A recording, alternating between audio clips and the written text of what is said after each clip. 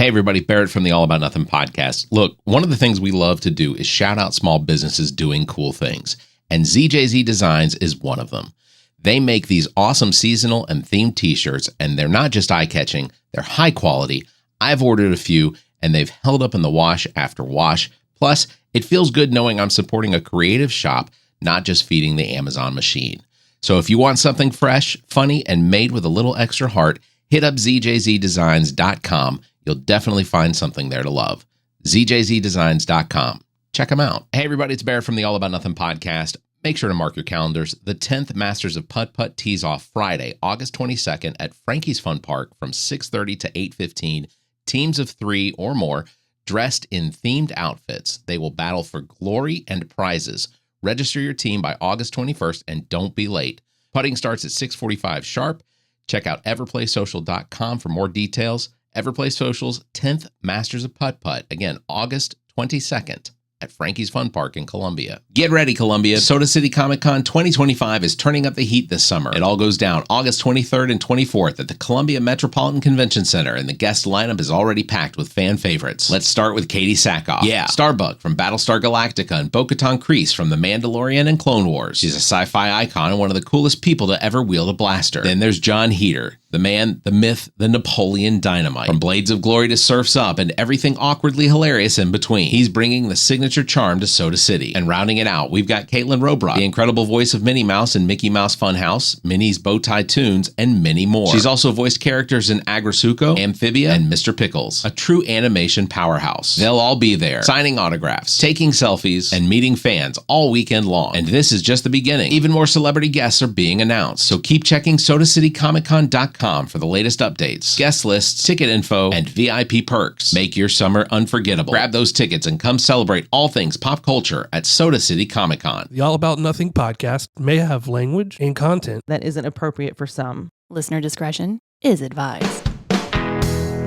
Welcome, Nothingers, to the All About Nothing podcast. This is episode number 263. I'm Barrett Gruber. I'm joined by Mr. Bill Frye here. Welcome, Bill. Hey there, Barrett. Hey. I still don't have a good intro for myself. I just kind of say hi. It's fine.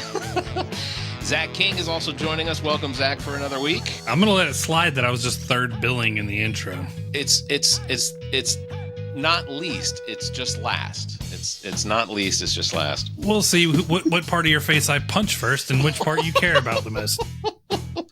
Please subscribe. Who cares about me more? Please subscribe and share the show. That's how we get new listeners. Please also consider supporting the show financially by visiting theallaboutnothing.com and becoming an official Nothinger. You can probably call yourself a true Nothinger. That's an official membership. We'll have more details on that at the end of the show. If you can't do that, please give us a 5-star review, a like, and follow us across social media. You can find all the links at theallaboutnothing.com. Real quick, guys, I want to just acknowledge that as of this recording, it is a happy belated Bobby Bonilla Day. Bobby Bonilla Day is, of course, on July 1st every year, at least for the next 10 years, because we are only 15 years into the 25-year contract that the Mets have to continue to pay. $1.19 million every July 1st. So we do have 10 more years to go to enjoy that. And for a guy who's not playing baseball. Not at all. I suspect that the Mets are probably going to have to do that with who did they pick up? Juan Soto? Yes, they did. So Juan Soto was what, a $750 million? You know, he should legally change his name to Bobby Bonilla II. The contract and the agreement financially that the Mets had with Bobby Bonilla and Bernie Madoff only guarantees that Bernie Madoff was clearly a Yankees fan and just, took all their money and ran with it. So you can afford to do that when you're the richest owner in baseball. It's absolutely right. So congratulations, Bobby Bonilla, for squeaking out another $1.19 million out of the Mets this year. That's fantastic. All right. Our guest this week, we're going to jump right into this. We are joined by, and I'm going to do this introduction for you, Heather. Today, we are joined by a dynamic voice of South Carolina politics, Representative Heather Bauer, who is not related to Jack Bauer, of course, agent to the CTU. That'd be cool. But not. Would be awesome. I need She more rep- than 24 hours. That's right. She represents District 75 in State House of Representatives. In 2022, Heather made politics history by flipping a traditionally red seat in Columbia, the only Democrat in the entire state to do so that year. And in 2024, she didn't just defend that seat; she doubled down, winning the re-election against the same opponent in a very high-profile rematch. My words are getting messed up. Welcome to the show, Heather Bauer. Welcome, Heather. How are you? Hey, I'm good. And I'm listening to the sports talk. I'm a Pirate fan, Pittsburgh fan, all around. So That's a respectable team, though. listen, Yeah. No, maybe in my lifetime we'll make it to the playoffs in some fashion. I can guarantee you that this Pirates team is going to at least be in the playoffs this year. I absolutely believe it. They have got some unbelievable pitching. They have got some clutch hitting. I'm rooting for it. If there's no spot for the Braves, at least there's a spot for the Pirates. And Cubs and Pirates in Boston those are my backup teams. So my family grew up. And we spent a lot of holidays in the Greensburg area, which is directly adjacent to Pittsburgh. So okay. Yeah. Christmas, Familiar with that Thanksgivings, we all, it's all farm area, but that was how we spent those holidays, and there was always snow on the ground. So I remember waking up almost every morning to my cousin's mother. We slept on the floor in the laundry room of the farmhouse, and I'd wake up to being kicked because we were in the way. They wanted to do laundry. So Did you live on the little house on the prairie? Maybe. That area. I'm from that area of Pennsylvania, and yeah. Amish country. Yeah. A lot of walls built out of stone there, Zach. Absolutely. Yun's going to go sleep with the donkey Barrett. That's right. The ends. That's right. You got it right. So, as I mentioned, your current role and member of the South Carolina House of Representatives, District 75 for Richland County. That is the Shandon area, the Forest Acres area. Part of Forest Acres, Southeast Columbia. So think part of Garner's Ferry, Forest Acres, Shandon, Rosewood, Kilbourne, Woodlands behind the VA. Yeah. So those a good chunk of several different neighborhoods. Up until your election in 2022, that was typically a red district. That was a pretty Republican stronghold for a while. It really was. It was held by Republican incumbent for 10 years. Very well known man. His father was a beloved mayor of the city. He was born wealthy, and everyone knew him by name. And so in 2022, we really had to break that coalition and show people You had to break nepotism. You had to break a lot of things to break into that, but we did it. And like you mentioned, we did it pretty convincingly last year, even more. That was the first time you ran was when you were standing with Cunningham, right? Back when you were going around with Planned Parenthood and stuff too? Yeah, I mean, I was asked to. That was complete by fluke. They're like, "Hey, you're pretty good at emceeing this. Can you just do it, Heather?" So I did it. Yeah. Because I was fired up. This was like a week before the election, and Yeah. I remember I was because I was on the Cunningham campaign when I first met you, and then I actually just moved out my apartment, and I found a poster that you signed for me that I have framed up here. So it's been a minute. Oh my goodness! I just looked up. I was like, wait a second. That's so sweet. At some point, we got to see it. That's some serious hero worship there. It's not worth anything, but I appreciate that. Well, Heather, I'll tell you, like you and not to blow smoke, but like when I told people that we were going to finally get you on the show, everyone, even like the sheriff of Lexington County, who Jay Kuhn, who I speak with often enough that it would seem like maybe I'm the problem. He knows who you are, and he knows of what you've done. Sheriff Lott knows you. So you have made an impact, especially in Columbia, which is the candidates around South Carolina that talk about, I want to do what Heather Bauer did. That's again, not to blow smoke, but you did something that no one else has done yet, and it's very impressive. I listened to the episode of the podcast that you sent to me last night, and I was not aware that you ran on pretty much a single issue in 2022, which was just abortion and liberty, self liberties, freedom. Yeah. We ran on freedom. We ran on keeping government out of our doctor's offices and bedrooms. And I'm like, just imagine your legislator. Do you want Kirkman sitting in your bedroom with you? No, I don't. Can I tell you a Bill story? does, but that's just different. Can I tell you? That's just my own thing. I don't like Kirkman standing over me while I try to eat my hamburger at Paulie's front porch. Like this, it's the creepiest thing. And your food gets cold. He literally would stand there and talk to you about the restaurant and the food, and just it was so intrusive, and you couldn't get him to turn away, even though there's seating for like 90 people in there, and you could just go talk to somebody else. Your food anyway. But he was not an unnice guy. It was just overwhelming to try and have a meal with Finley Kirkman standing over you. Well, I've never talked to him, so I can't confirm or deny what person he is. Yeah. But I did know in 22 that, we had an inkling that Roe was going to be overturned that summer. And sure enough, it was, with the courts being stacked, or the Supreme Court being stacked. And then they had a special session that fall where they were taking votes. And I was watching every session from home, working, and he took some really bad, he literally voted against Roe. He voted to progress that awful ban several times. And so I called my people. I was like, listen, let's go. Like, this is it. We're only going to talk about this issue. So really in 22, it was, we kind of ambushed him a bit. He did not see us coming at all. And that issue alone, it was very disciplined. That's all we talked about. And I talked to mostly Republicans at the door and said, hey, did you know that your representative voted to ban abortion? They're like, what? I had no idea.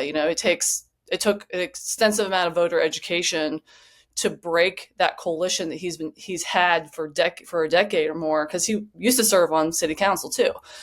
So he's been in elected office for a while. And so we knew we had to break, and that issue was ripe people were pissed, rightly so. And for him to claim to be a moderate and all those things, he took some really bad votes, and we completely exploited it, and we just ran with it. And people were pissed enough to show up and vote him out. Well, talking about the campaign in 2022 and 2024 as well, what was your approach to like canvassing? Because so when I worked on Matt Villardobo's campaign,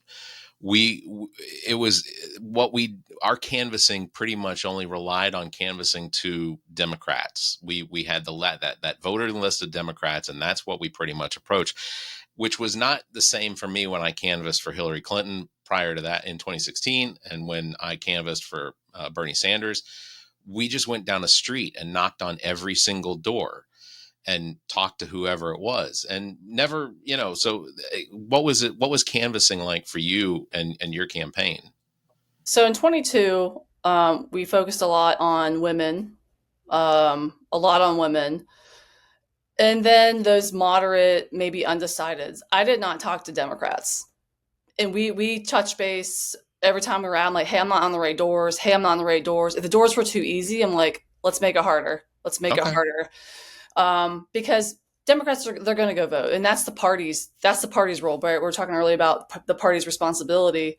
I have a great relationship with the Richland County Democratic Party here. They worked their ass off for me in both elections, and I was like, listen, y'all, GeoTV, get the Democrats out. You have volunteers to do that work. I'm going to go talk to tough doors, and my volunteers, who are excellent, know how to talk to these people. So that's where I focused my time. I did not spend any time on solid Democratic doors ever in those campaigns. But, in 22, it was kind of an intro into that for me. And I had run in this district before, so people knew my name a little bit, not akin to Andre Bauer, by the way. And so 22, and then in 24, You it don't was a drive that rematch, fast. right? Hot rod on your Bauer. I usually say I don't think so. I mean, anything's possible, but I'm Sure. from Pennsylvania. Yeah. So that's what broke that coalition in 22. But I knew. Sorry. Go ahead, Zach. I was going to ask, what is there during that time where you're knocking on the hard doors? Is there one that stands out to you that you like maybe every other day or every few days you're like, damn, that was a hard conversation, but maybe I won that, or I walked away with my tail between my legs, or whichever. I mean, I've been called a killer and all those things too, but for the most part, people were talking these solid Republican doors like, wow, he's never come in this neighborhood before. I've never seen him on our sidewalk before. I've never seen him at a neighbor meeting in 10 years. But the doors I heard repeatedly were where I knew we were on the right track was Republican doors.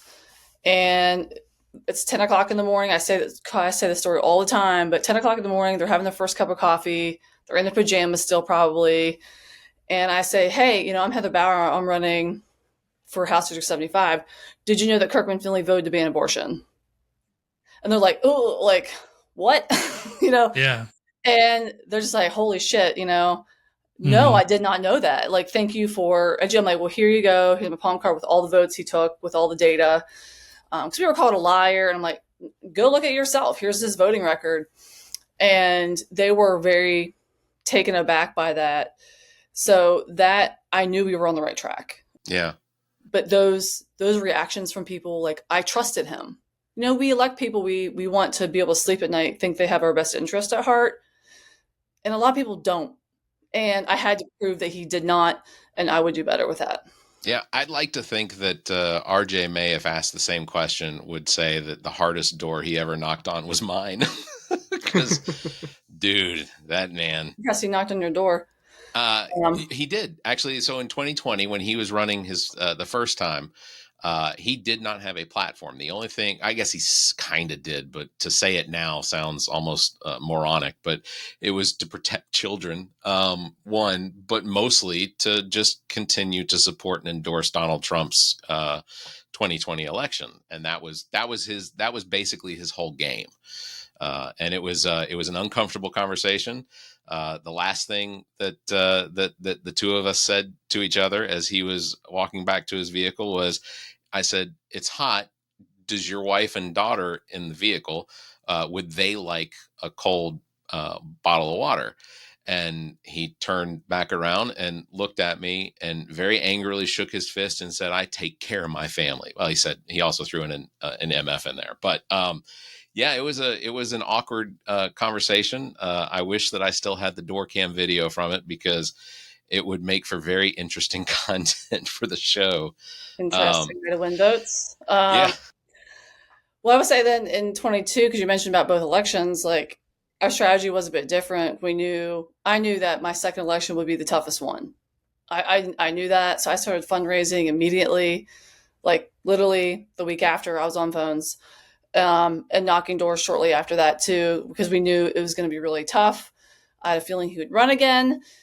And sure enough, it was like vengeance tour. And we couldn't hide that we were coming. I mean, I was the incumbent. And of course, there was some adjustment there. I'd never run as an incumbent before, so very different. But we had to grow our base at that point, or grow our support. Being the incumbent, did it make it any easier for you, or was it more difficult? Easier to raise money. Okay, I will say. But I knew, this is a very highly educated. They're high turnout voters. They pay attention. I think half of the State House staff works or lives in my district. Law professors and you name it. So very, they pay attention, right? And they expect a lot of their legislators. I knew I had 2 years to prove my stay. And so if you follow my track record in the House, in my first couple of years, I was like first week doing stuff. Like I was ready to go. Because I did not have that luxury to, as a lot of people say, well, I'm going to just get my feet wet. I'm going to just see how this works. I'm going to just sit back and watch. I would not have gotten reelected.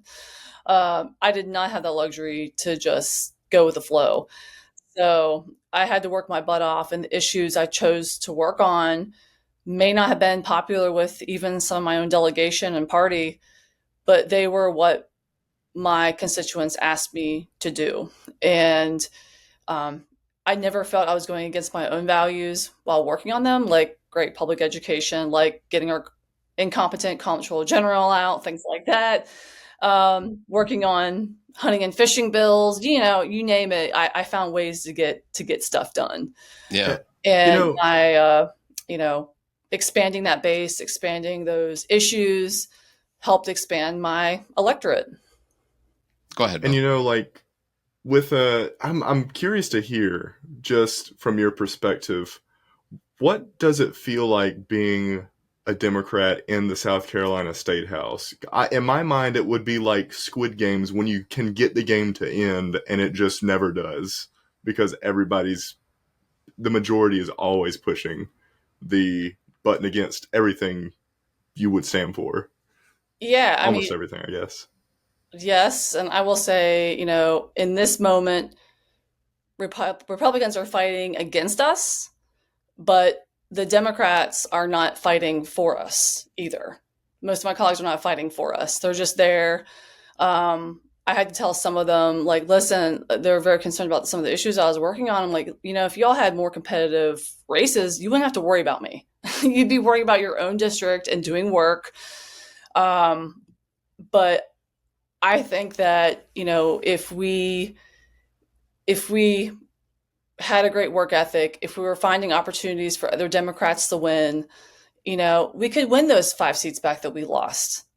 We didn't do that, and I really thought in 22, having beaten only on abortion issue in a highly competitive district against a longtime incumbent, that we could use that, the party could use that, other candidates could use that issue and walk in there and be like, listen, you take our rights, we're going to take your seats. But that didn't happen.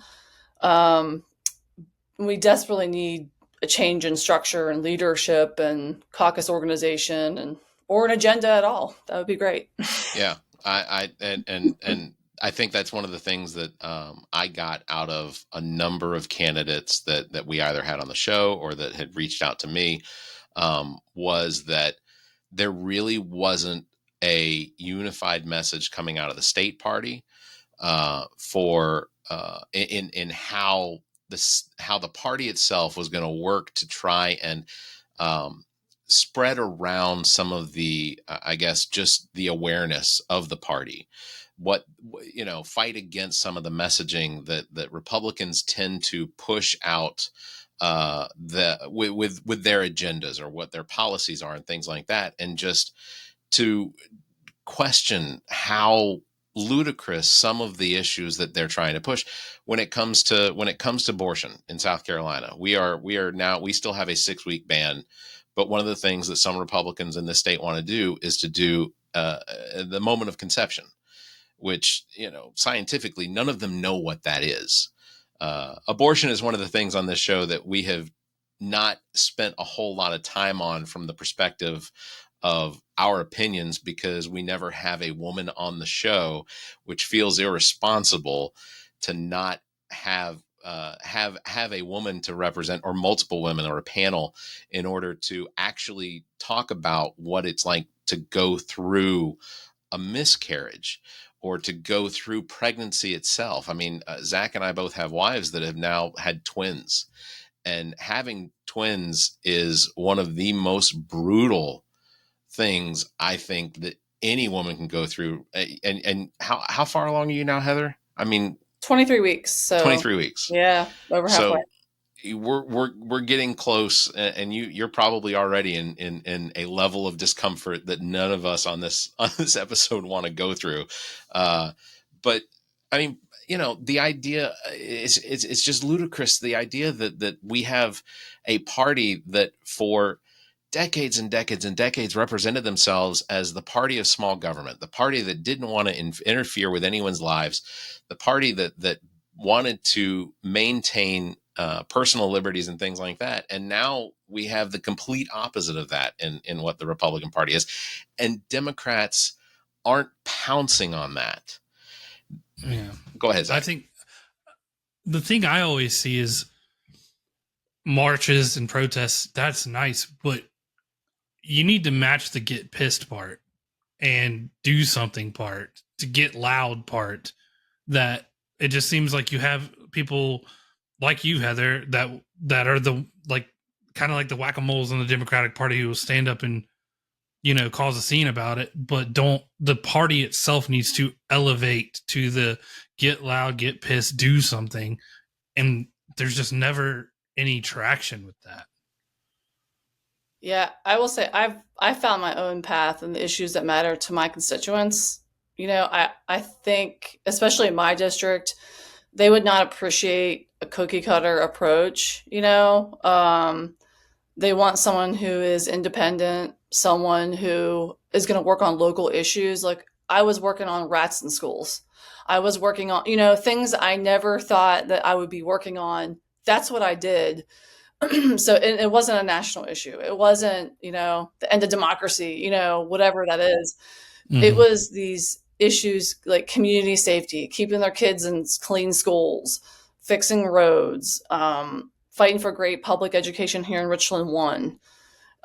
So the legitimate, ran on and won. The legitimate issues that state representatives and state senators go to the state legislature to actually try and make, because the state legislature is the one that has basically the greatest impact on a district or a county compared to, county elections and things like that. But that's what a state does. National stuff is going to have very little effect on us. If trying to think of, well, I don't know, the big beautiful bill. That's going to have some impact. That's going to have some serious impact. Serious impact. There's potentially 30 rural hospitals in South Carolina that are going to face closure by the end of August if the bill goes through the way it is right now. Come on, isn't it like 250,000 and 350,000 people that'll be kicked off Medicaid and over the next decade or so? We're already closing battery factories in Florence. I mean, and there's huge implications for energy and investments that we have in our state. This is just the beginning of what we're going to see.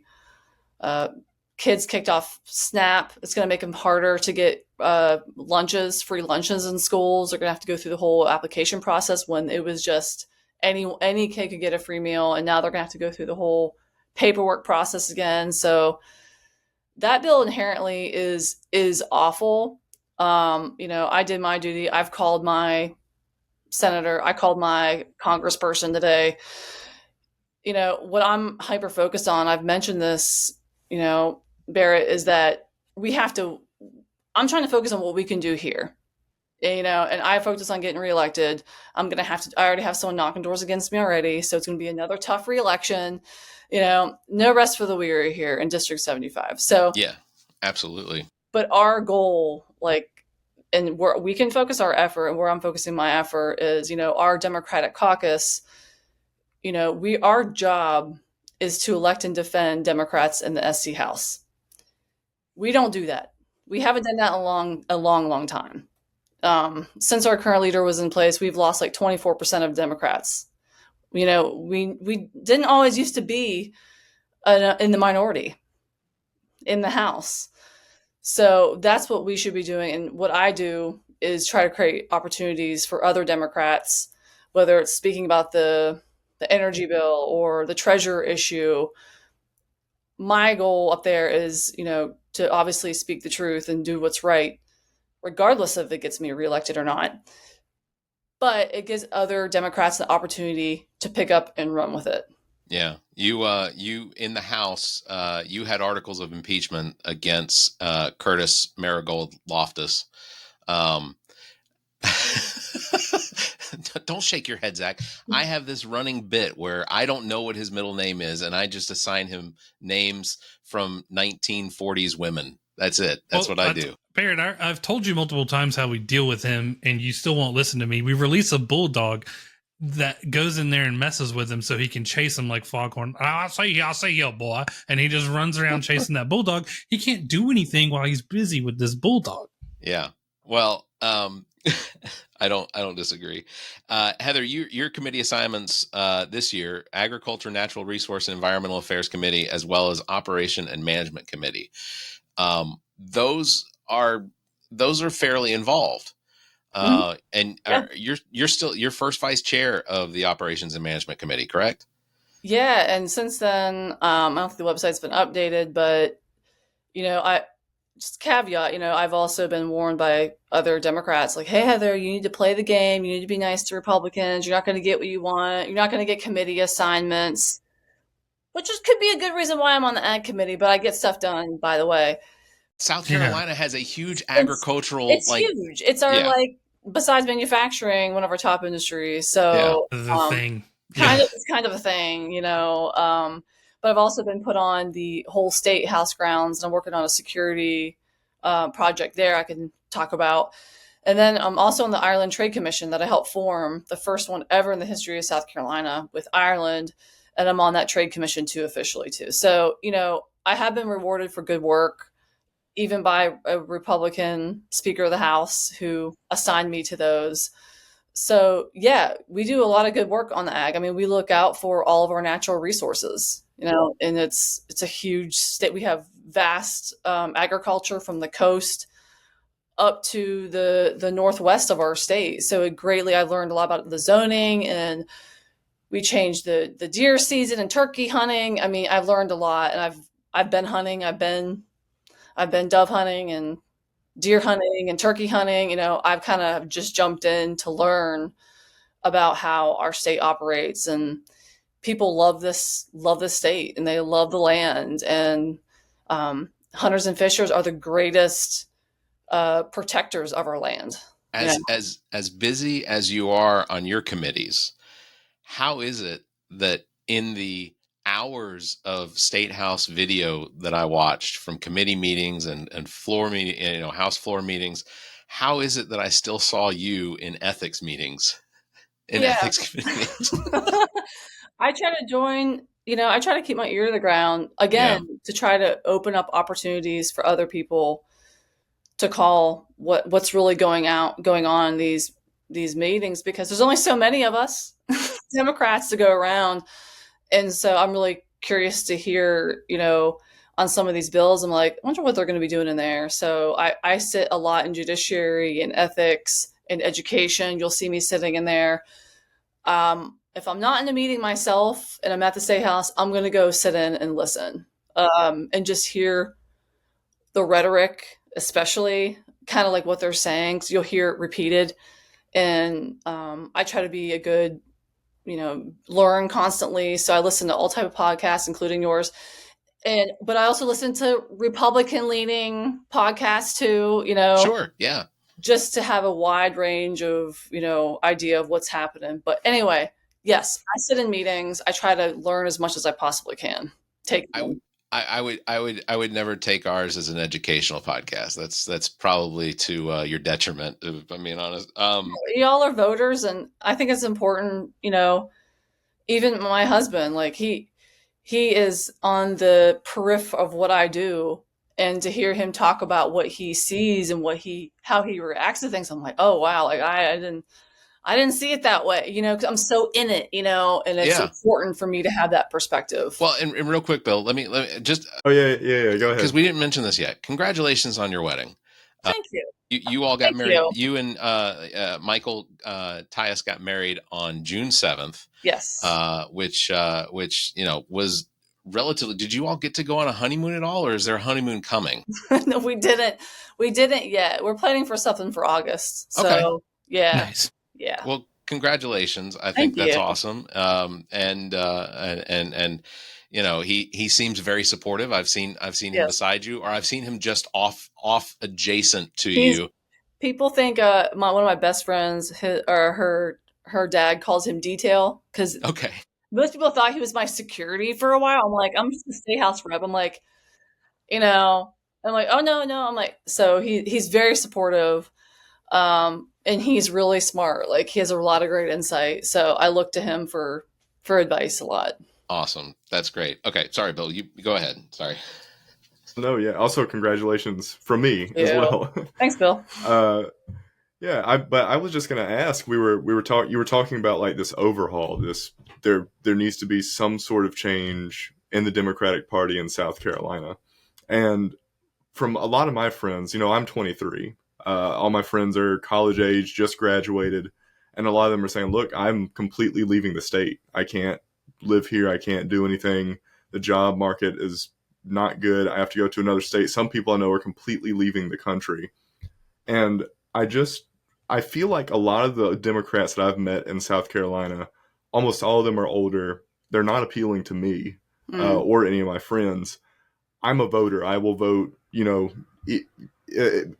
of the time in my mind, it's to lose both legs or lose one leg. I mean, that's what it feels like when I go to the poll. But I just wonder, what do you think would be one of the biggest changes for not just young people, but to make that big change in the Democratic Party for South Carolina? Well, what I think we can do, what I feel like me and my colleagues can do in the House, is we need to win back some of those seats that we lost. And that starts with new leadership, at least in the House. Like, we can do that, over the course of the past 2 decades, like, our trust with the public when it comes like public education. We used to be the public education party. They don't trust us anymore. When it comes to that, we're not talking about real issues. I like the articles of impeachment. I've talked a lot about tariffs. I've talked a lot about this energy bill that's going to raise our rates here, and that doesn't even include the bill that's going to pass probably in the House, the U.S. House. But we had a lot of Democrats support that bill when it's going to inherently raise the rates and push people out from ever buying a home. And we're not talking about real issues that matter to people. We're not putting up a fight. And I think with a change in leadership, we can put these issues in the front of things. We can create opportunities and maybe some weird alliances with the Freedom Caucus on certain issues and give the Republicans some hell. So it just takes being creative. And I think with the right people at the helm, we can do that. So to me, it starts with leadership. It starts with having a backbone, not caving to the Speaker of the House. We don't work for the Speaker of the House. We're not there to make his life comfortable. We are the opposition party, people. We should be acting as such. It's interesting how the Republican Party now has not one, but 2 insurgency parties in caucuses inside of their own party. You have the Freedom and the Family Caucus. And none of them seem to like each other. You can't tell exactly who. Well, you may know because you work around them, but there is no list of them. We don't know who officially is on what team and who's playing for which group. It sounds oddly familiar. So I'm gonna go to this church. This one ain't doing it for me. That's exactly what it sounds like. I have something to say about that because, we do tend to, and I just did mention like that caucus and I've worked with on judicial reform. I aligned with most of the Freedom Caucus on creating better transparency and better process for electing our judges. That was common sense. Common sense. I'm not for general elections and things like that. That's keep money out of judiciary races. I think that's a bad idea. But I think some of the changes we did make were really good steps to make it transparent. I worked with the Freedom Caucus on that. But what I'll say is that Republicans and I'm using moderate Republicans in air quotes because they don't exist right now. They do slip. They could have stopped all these awful bills. They could have stopped the abortion ban. They could have stopped this voucher scheme, education scheme. They could have stopped constitutional carry, but they didn't. And for them to get mad at the Freedom Caucus for causing issues too, because it's not enough, I'm like, y'all got what you wanted. This is what you wanted. You wanted a supermajority. Here you go. So deal with them.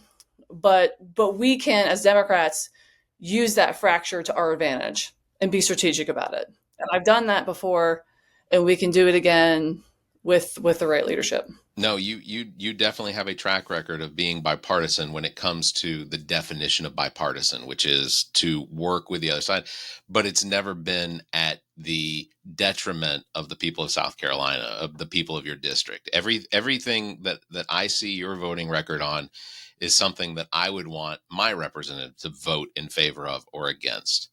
And sometimes they are what I would consider conservative or moderately Republican agendas.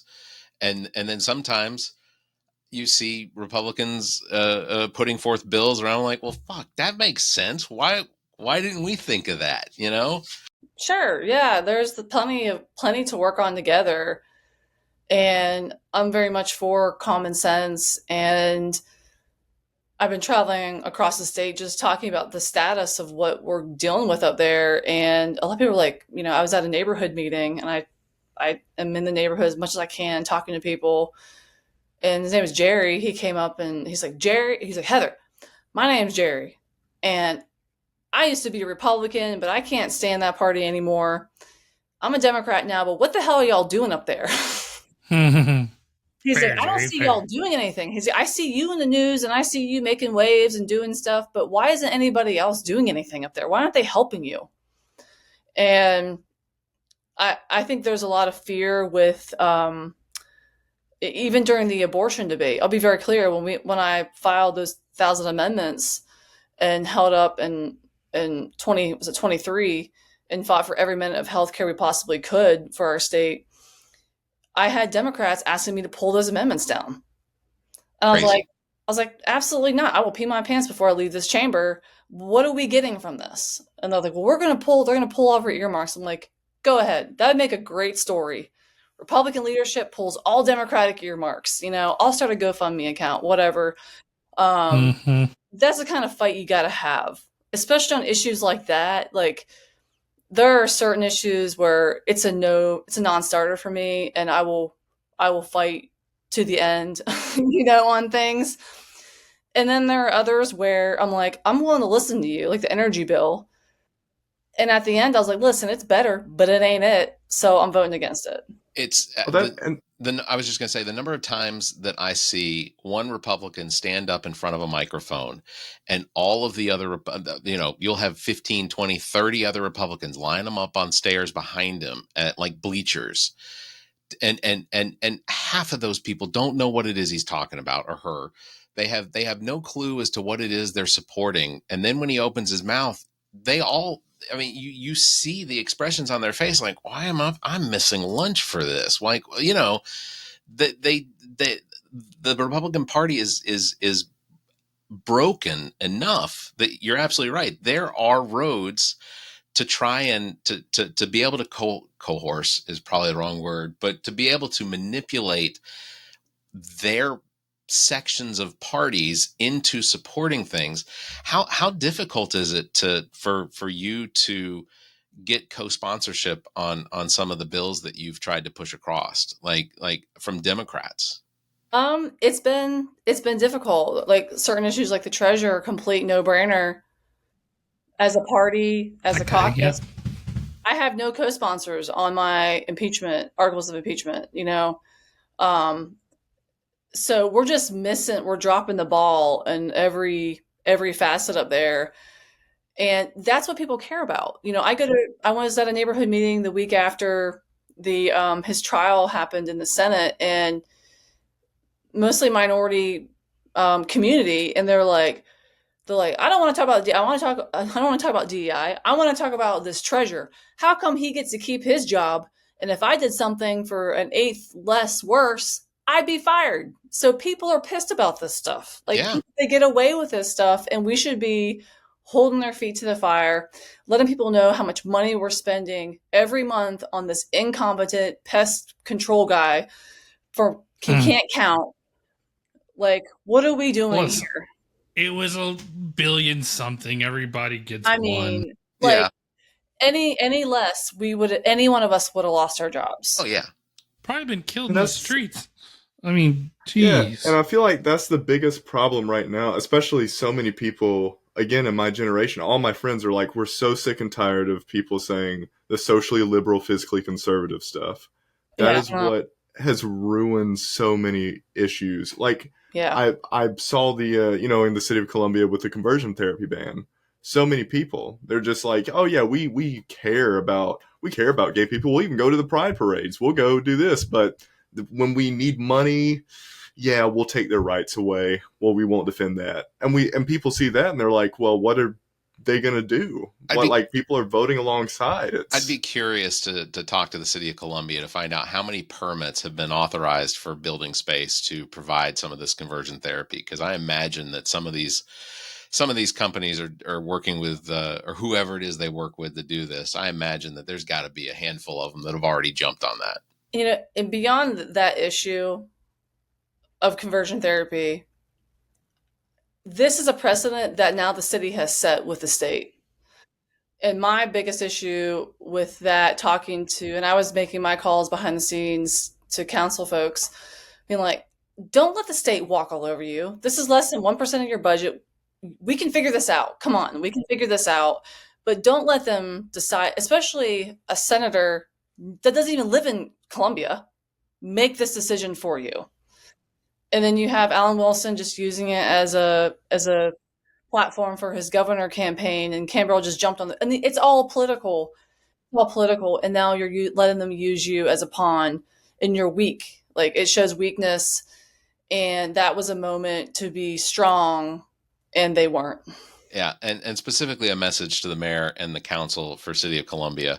You all are knowingly allowing people to pay for parking downtown on Saturdays because all you'd have to do is adjust the app. All you'd have to do is let people know, put up signage that indicates that parking is free on the weekends downtown, and they are knowingly not doing that. I told them, I was like, every single person, everybody, like, I'm like, you are scamming people. Bill, actively. Four denials to get anyone from the city of Columbia, the mayor, or any of the council members on the show to talk about it. So that's the last time we were downtown. Sorry, go ahead. No, I was just thinking next time, I wonder, like, if I should just walk back in and say, hey, you want to be on the All About Nothing pod? Just show up one Tuesday or something. They've got emails. See. Every member of the council has got emails. Whatever. I'm not insulted by the fact that they won't show up. I'm insulted by the fact that they don't have the courtesy to email me back. I think the last time we were downtown on a Saturday, I went to go pay for the meter, and Barrett's like, "Stop it!" Quarter in my hand. He's give them your quarter. It's after 7. Quit it. Think of the children, Zach. I'm like, damn, Barrett, I didn't know. You, Heather, I know you know this about me, but you and I and Zach have a similar work background. Zach and I worked for Benefit First, where you worked for Benefit Focus. So Zach, yes. Heather worked for someone that we considered to be a direct competitor, where Benefit Focus looked at us and we were just like, we don't know who they are. Well, currently work with someone who worked with at Benefit Focus for a long time, Jen Larson. Yeah. You know her? Yeah. And Benefit Focus got big enough. They absorbed into Voya. I get paid by Voya Financial now. So congratulations for that. Hey. Zach and I both had to leave. So thanks. Voya's been great to work for. I will say my boss is fantastic. So I love my job, and people don't know what I do. They just think I work out all day, which I would love to do. Well, people say that about me too. Y'all got one of these things? I got this off the TikTok shop. I got one. Yeah. Okay. All right. Gosh, y'all. Also, to talk about that, you are a small business owner in Columbia, South Carolina. You have a martial arts. You are co-owner of a martial arts studio, correct? Or a business? I saw the certificates on the wall. I was going to ask about that. This is my wall of karate stuff. So I practice Zen Shotokai karate, and I have been for 5 or 6 years now. And I was about to take my black belt test, which is like a 3-day all on very physical physical and mental tests. I've written 2 huge papers for it, taken a written test, done a physical test. But I had to postpone it because I got pregnant, which is we were trying, so it all worked out. But I couldn't do that test in March because of that. So at some point, me and my sensei will figure out when that might happen. But yeah, it's been fun. I've been in the gym industry for over 10 years now, and really I started over 10 years ago with a previous partner, but we couldn't really find anything we enjoyed going to in Columbia. It's either like CrossFit, which is like kind of hardcore, or you have like the 24-hour fitness places, and we wanted somewhere just where regular people can go. That's not super competitive. You're going to get a good workout, good sweat in 3 days a week, and you're good. And so we started that over 10 years ago, and added the kickboxing component, adding the karate component with my sensei leading all that part. But it's been fun. I have a couple personal training clients. I met with one this morning. She's like a 70-year-old woman who just wants to be fit, and she's my favorite person to work with. I'm it's sorry. fun. You said 70? Yeah, she's 70. She's in there she's stronger than most people. So I will say she's tough. She's tough. I would believe it. So yeah, so it's Warrior Fitness and Martial Arts in Yes. Columbia, which is awesome. But that is also just a side thing. Another side gig that you have, you are vice president of the Nickelodeon Theater Board of Members or Board of Directors. That is old. I am not there anymore. I'm still a member Wikipedia. and patron. I'm still a patron of the Nickelodeon. It's a great place. I used to actually was one of my first real jobs out of graduate school. I used to be the director of operations for the Nickelodeon and helped it move it to the new location. Yeah. I have a background in project management and arts and media arts, and that was a really fun place to work. Really fun place to work. Are you a cinephile? No, I'm really not, which is really weird. I just like running things. And that's really how I got into project management. I was in graduate school, and my professor was like, "Hey, Heather, you're a project manager." I'm like, "What the hell does that mean?" She's like, "You do. You tell people what to do." I was like, I heard cats. I like that. And so that's really how I got into project management and tech project management, which is huge. And you can make really good money doing that, as you all know. That's kind of how I got into that. I was really good at it. And here I am, 10 years later, working at Frye, like running a book of business for the company and doing well, So it's opened up new doors. But back to your question, Bill, about like jobs and stuff. I work 100% remotely. Benefit Focus used to be on Daniel Island, but that doesn't really exist anymore. And so, before winning that election 22, I was like, do I stay here or like, what do I do? Yeah. And because it's tough. There are very few opportunities for kids. And that's something I say kids. Sorry, Bill, you're a man. You know what I mean? I mean, he's got a beard and everything, Heather. I know he told me that. I see. I have the heart of a 40-year-old man. I see.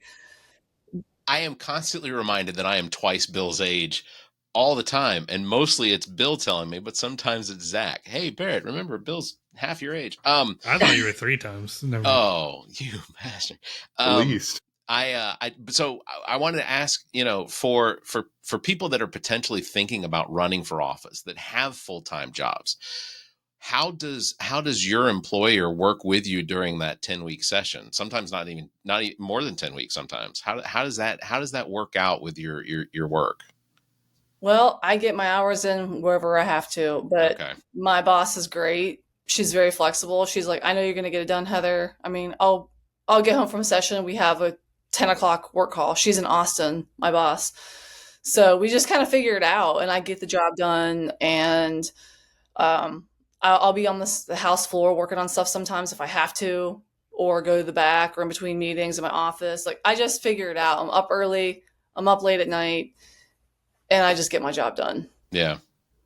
No, and ultimately, I think that's the thing that for a lot of these people that are considering running for even, county office seats. I think that's the thing that you have to, give some consideration to, is that it is going to be a sacrifice. But For sure. if the delivery of what it is that you're trying to make or you're trying to change is worth it, then you have to put forth that sacrifice. And ultimately, there is no one that can deny that Heather Bauer isn't doing it. If you were related to fictional character Jack Bauer from the series 24, you would be a very good representation of Jack Bauer. Would you stab someone in the leg if necessary? We got a shrug. Listen, so that wasn't a yes or no. We've just been doing martial arts. I've studied martial arts, man. So No, you're right. I fight. I know how to grapple. I know how to do takedowns. I know how to deal with knives and things like that. So like I'm very well trained. But in our practice, we're a very defensive martial art. So our goal is never to. There's no first strike in karate. Is one of our. And I'll just point out, Zach, I have invited Heather to multiple of our events that were outside of, recording events where we were either at, the Transmission Arcade, or we were at Hendrix. And every time it was, no, I have karate. On the karate. Sensei, I hope you hear this. I'm gonna play this back for him. But yeah, it's my space. It's like my safe space, and where it really grounds me. And my sensei has a podcast too, and I'm a guest on there quite a bit. But we talk a lot about stoicism and kaizen and Japanese philosophy on patience, discipline, humility, and kaizen, really, which I think our caucus could learn from, which is basically if you just do the right thing, stay in your lane, do what you need to do, everyone's better for it. Well, give your sensei's podcast a plug. Yeah, it's called Warrior Mindset. Nice. It's available wherever you listen to podcasts. No, that's very cool. And I have to tell you, Heather, look, when I was younger, I took Taekwondo like maybe 2 separate times, and I got to yellow belt, and I was like, I've reached the top. I can stop now. And then I did boxing for a few years, but most of my martial arts knowledge comes from reruns of Kung Fu, and I watched David Carradine. I was going to say, what have you watched on TV? And a little bit of Steven Seagal with the wrist control. I've watched some of those things, and I get so pissed because it's not real. I'm like, this is not real. Yeah. It's not real. The fattest man on earth taking on 12 people just by going. Heather, does that mean you're not going to come to our showing of the new Karate Kid movie with Jackie Chan and Ralph Macchio? Sorry. Depends on what night it's on. I'm just kidding. I couldn't say it all out loud without laughing. Well, Heather, before we let you go, first of all, it's been an absolute pleasure, and I'm glad that we finally got you on, and I'm hoping that we can get you on many more times. Obviously, campaigning is probably going to start up as soon as your baby's teething, for sure. So my hope is that the child also learns to speak very quickly. Do we know what we're having yet? It's a girl. Congratulations. Thank you. Girls are the best. I'm very excited about that. I've already started fundraising though, by the way. So I've already had a fundraiser. I have 3 lined up for this fall. My goal is to have a good bit in the bank by the time the baby gets here. So I'm a very organized type A person, if you haven't noticed. But I'm planning. If you don't plan, you plan to fail. So I'm preparing now, knowing that I have another tough re-election next year. Well, you've got our support if there's anything we can do for you, for sure.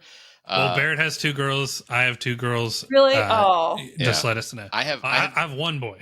I have twin 10-year-olds. If I could have both your phone numbers, give them to my husband. Absolutely. He's gonna need that support.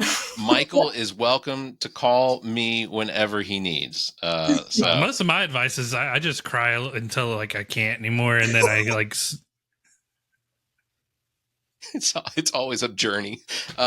So Heather, normally for our first time guests, we do this thing called 7 questions, but I have decided recently that I wanted to give the guest a choice as to what they wanted to do. So 21 questions or 7 questions. Yeah.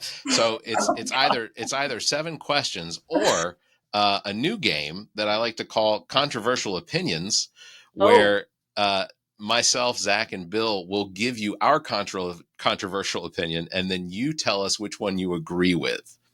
I kind of want to do the questions. Okay. All right. Well, perfect. I want to do the questions. It's probably good because I'm going like shit. Zach didn't do his homework. I will. So I will just give you an example of one of my controversial opinions that I've written down, like 9 of them. I'll give one because I'll use the other ones. If breakdancing can be considered an Olympic sport, Olympic yo-yoing should also be an Olympic sport. So that's I'm going to save the other ones for later. All right. Here is the first of the 7 questions. What was the last thing that you Googled?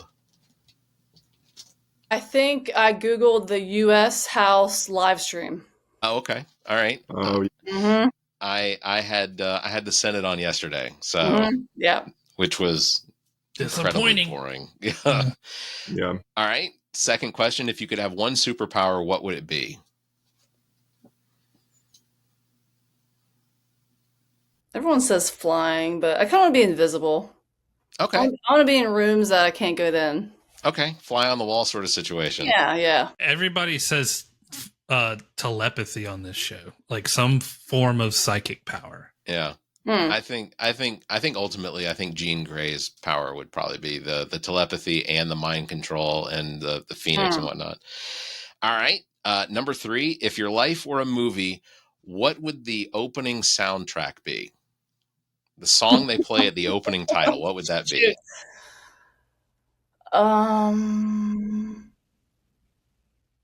Mine would be there's a song. It's not like a really huge pump up song, but it's by PJ Morton.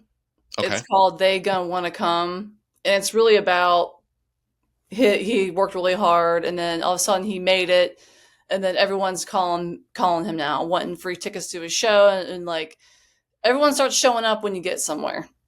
Mm-hmm. It is the motto. He's been in the trenches doing the work, and he's like, beware the people that hadn't been there before you got to where you are. Well, if it weren't for copyright infringement and our show's getting taken off YouTube, I would play it right here. But It's a great song. You should listen to it. It's a good song. I will put a link in the notes so that people can check that out. Yeah. All right. Listeners, pause and listen to it on Spotify real quick and then come back. Yeah. It's worth it. Do the live version too, the good version. Okay. There you go. All right. Number 4, if you could only eat one food for the rest of your life, what would it be? Okay. So I had a bridal shower and we did this like quiz thing. And this will give you an idea of the kind of person I am, but that was one of the questions. And my husband at the time, current husband now, he took the test too. And everyone said, pizza or pasta or whatever. I put salad. And I was thinking, like, listen, You could change it a little. you can change it a little. It's good for you. It's good energy. And then my favorite beverage, everyone put water. Like, I'd be like, that's bullshit. There's no way. listen, look at this. I know. I drink a ton of water. No. But is it the drink you go to because you know that water has only hydration, like benefits, or is there a drink that you prefer that you like because of the flavor, or that like You mean enjoyment, Barrett? What is that? Yeah. No, I'm kidding. No, Yeah. It's only a like problem wine. if you said like Mad Dog 2020. Yeah, then I it's a like problem. wine. I'm a big wine. I can't have it right now, obviously, but I love a good glass of red wine, or actually any wine. At this point, I drink anything right now you put in front of me, but I do love some good wine. Well, good for you for sticking with the water, though. That's not easy. Yeah, I'm always thirsty. I don't know, so I'm always drinking water. I used to challenge myself, and this is a giveaway to my obsessions, but I used to challenge myself to make sure that when I peed that it looked like I was just peeing water. So that's a good goal. Yeah. That's a good goal. Where's that? Maybe you'll get halfway there. Maybe you'll get halfway there. There it is. All right, question number 5. What is your least favorite candy and why? Anything banana flavored. Really? Okay. Throw it away. It's All gross. Yeah. Fair. So Very fair. the Laffy Taffy version of Laffy Taffy banana flavor is not good. Okay. Banana Gross. runts. Wait, Get how about the ready. runts? You don't like the Grape all runt day. bananas? Grape. All right. Bill, do me a favor, write that down so that we know that at her celebration party for 2026 that no banana flavored. No Laffy bananas. Taffy. Okay. That one bowl we were going to have. Number 6. So oops, all They're gonna bananas. just pull out. He's just gonna pull out banana flavored Laffy Taffy. Number 6, what is one strange or unusual talent you have that most people don't know? Man, I don't know. Most people don't know like my day job, so I'm really analytical. Yeah. I mean, I guess it makes sense some of the issues I work on. But I can crunch some numbers and do some audits, you know. Are you an Excel master? I wouldn't say master, but I can get around now. Okay. All right. Yeah. She can Yeah. spreadsheet. I think that's why you, me, and Kimmler get along is because like Yeah. I used to teach. So 20 years ago, I used to teach a class at NCR in Excel for. Oh wow. So, You could probably teach a Barrett's lot. like, you're gonna take your Excel floppy and put it in your Windows 95 computer. I feel like I can hang with you all really well. I have 3 little brothers, if you all didn't know that, and an older sister. There's 5 of us. And I feel like I'm hanging out with my brothers right now. So it feels like home, y'all. that's what we feels want. like home. We want somebody that's gonna punch us in the eye. I can dish it as much as y'all give it, so that's fine. That's fine. Barrett feels no more at home than when he sits in front of his Apple II and sees the green and black letter. All right, finally, question number 7. If you could have dinner with any 3 people, dead or alive, who would they be? Obama. Okay.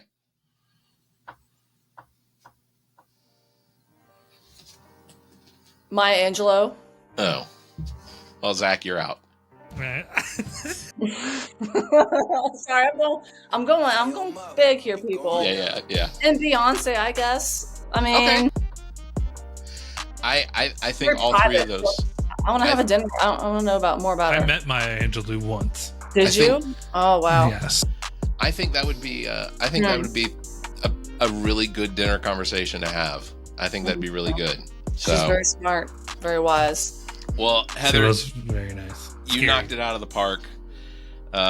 Your episode now goes up at the top, right above Daniel Shreve, who ran against RJ May in 2022. No, I'm sorry. He didn't run against RJ Daniel May. Sheath He ran against Joe Wilson in 2022. So almost had him. I will send you a link to the episode, but this was a man who came on our podcast and read a poem that he wrote to Henry McMasters. A very... Jesus was in it too. Yeah, it was a very affectionate poem. And shout out to Daniel Shreve. I'm sure he's out there selling insurance. We appreciate I Daniel wanna He's Shreve. not going to figure out how to listen to a podcast. Well, Heather, we really appreciate you coming on the show. You can check links in the show notes for Heather's campaign website as well. She is actively working on getting reelected. How much longer do you think you're going to do this? How much longer are you going to think you're going to stay at the state level? I don't know. I'm in it to be as effective as I can. I feel like I can make a difference there. So I'm going to keep at it. I have had several people tell me that Dr. Johnson would definitely benefit from having a Heather Bauer as running with him as lieutenant governor. I'm just putting that out there. It's not a bad idea. So shrug. Got it. Okay. No, you don't know what the future holds, you know. So I'm gonna just keep doing what I do, doing best, fight for South Carolinians, and I think the rest will just work out the way it's supposed to. Yeah. Well, again, I commend you. I think that you're doing a very good job, and there are a lot of people in this state that look up to you and the job that you've done and how you continue to do it, even with everything you continue to add to yourself, marriage, pregnancy included. So that is kudos for that, and appreciate how you are representing your district and working for the people of South Carolina. So thank you. An honor to do it. Well, that is going to do it for episode number 263. Thank you again, Heather Bauer, for being here. Again, not related to Jack Bauer, but we're going to keep. I'm going to keep saying that because I want them to bring 24 back. Thank you, Zach. Thank you very much, Bill, for being here. Links to all of our past episodes, podcast platforms, merchandise, and social media are available at our webpage, theallaboutnothing.com. And if you think our financial model of giving away free content and entertainment is silly and you're in the giving mood, why not become an official Nothinger? Support the show. Members get early access to this episode as well as exclusive content. You can visit members.theallaboutnothing.com, or you can find a link on our webpage. You can also give a one-time donation through the same link. If you'd like to be a part of the show, you can call and leave us a message, 803-672-0533, or you can email the show at theallaboutnothing.com. You can also join our Discord server. Links are found on our webpage. Thank you very much, everybody, for listening, watching. We'll be back next week. Everybody stay safe, be kind, and keep your hands to yourself, please. The All About Nothing podcast is a product of Big Media and produced and engineered by me, Barrett Gruber. Thanks to Cake for our intro music, Sick of You. You can follow Everything Cake, the band, at cakemusic.com. Thanks to Muff, the producer, for our outro music. You can follow Muff on Instagram at Muff the Producer. You can follow me across social media by visiting Linktree/Barrett Gruber. And you can follow Zach King on Linktree/AAN Zach. Want to support the show? Visit our webpage, theallaboutnothing.com, and become a member. There are several tiers available that give you early access to episodes as well as exclusive content. To find links to our social media, podcast platforms, and merchandise to support the show, as well as past episodes, visit theallaboutnothing.com. If you'd like to be a part of the show, you can email the show at theallaboutnothing.com, or you can call our number and leave a message. Dial 803-672-0533. If the time between these episodes is more than you can handle, check out our sister shows. What the Pod Was That with Carrie, Zach, and myself. Welcome to Wonderland with Ami. Politically Speaking with Erica, Kirsten, and Emily. And Black, White, and Blue in the South with Dr. Jameel Brooks and Bill Kimmler. Please subscribe and share this show. If you're on YouTube, please subscribe and punch that notification bell. Thank you for listening, and hear us next week.